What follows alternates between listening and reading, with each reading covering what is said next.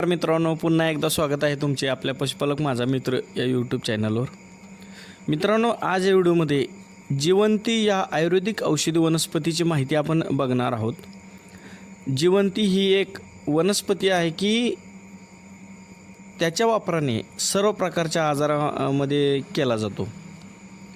कदाचित तुम्हाला माहीत नसेल की जिवंती या औषधी वनस्पतीच्या वापराने आपल्याकडे असणारी जी जनावरे असतात, म्हणजे गाय असेल, म्हैस असेल, लहान वासरे असतील, यांच्यामध्ये ज्या वेगवेगळ्या समस्या येतात त्या अगदी सहज त्याच्यावर आपण मात करू शकतो.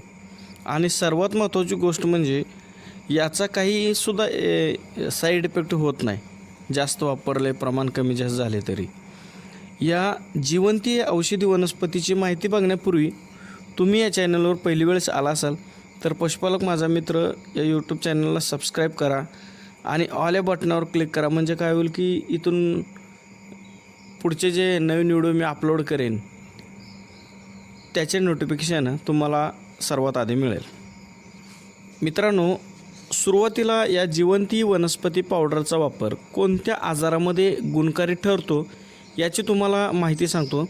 त्यामध्ये सर्वात पहिला मुद्दा म्हणजे तुमच्या गाईच्या दुधाला फॅट लागत नसेल तर या जिवंतीचा वापर म्हणजे जिवंती पावडरचा वापर तुम्ही करू शकता. कारण विशेष करून एच-एफ गाईमध्ये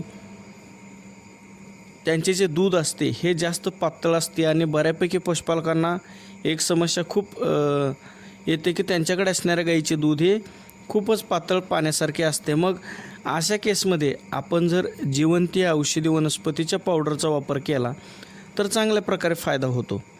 त्याचबरोबर जनावरे पूर्णपणे पाना घालत नसतील तरीसुद्धा या जिवंती पावडरचा वापर फायद्याचा ठरतो.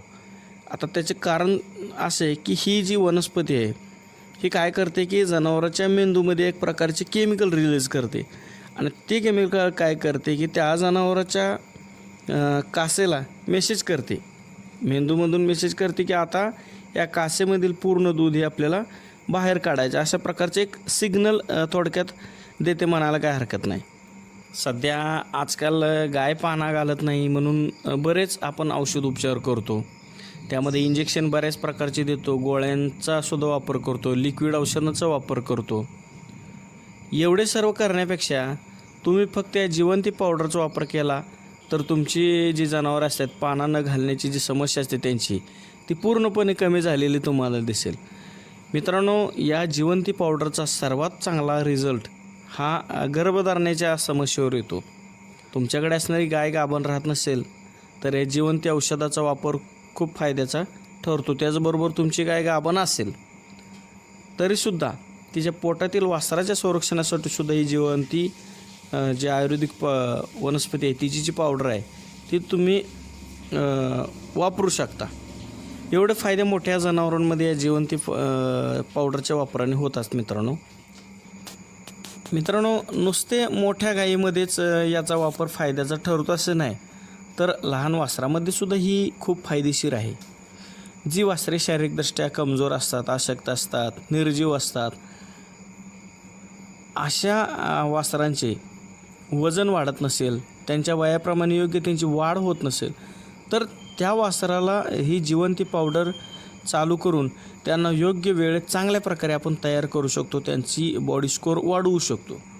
आता तुमच्या मनात प्रश्न आला असेल की पावडर किती प्रमाणात द्यावी, किती दिवस द्यावी. तर मोठ्या जनावरांमध्ये ही जी जिवंती पावडर 20 ते 30 ग्रॅम दररोज तुम्ही देत असलेला जो खुराक असतो त्यामध्ये मिक्स करून दिली तरी चालते.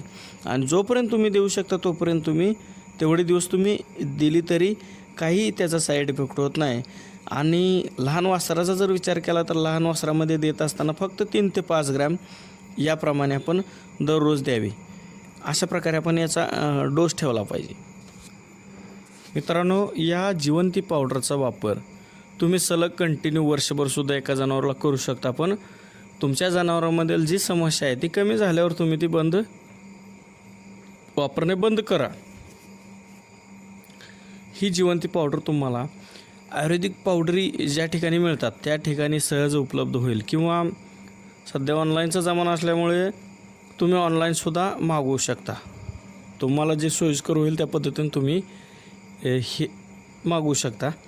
तर तुम्हाला ही माहिती कशी वाटली कमेंट करून नक्की सांगा. व जर ही माहिती आवडली तर व्हिडिओला एक लाईक नक्की करा.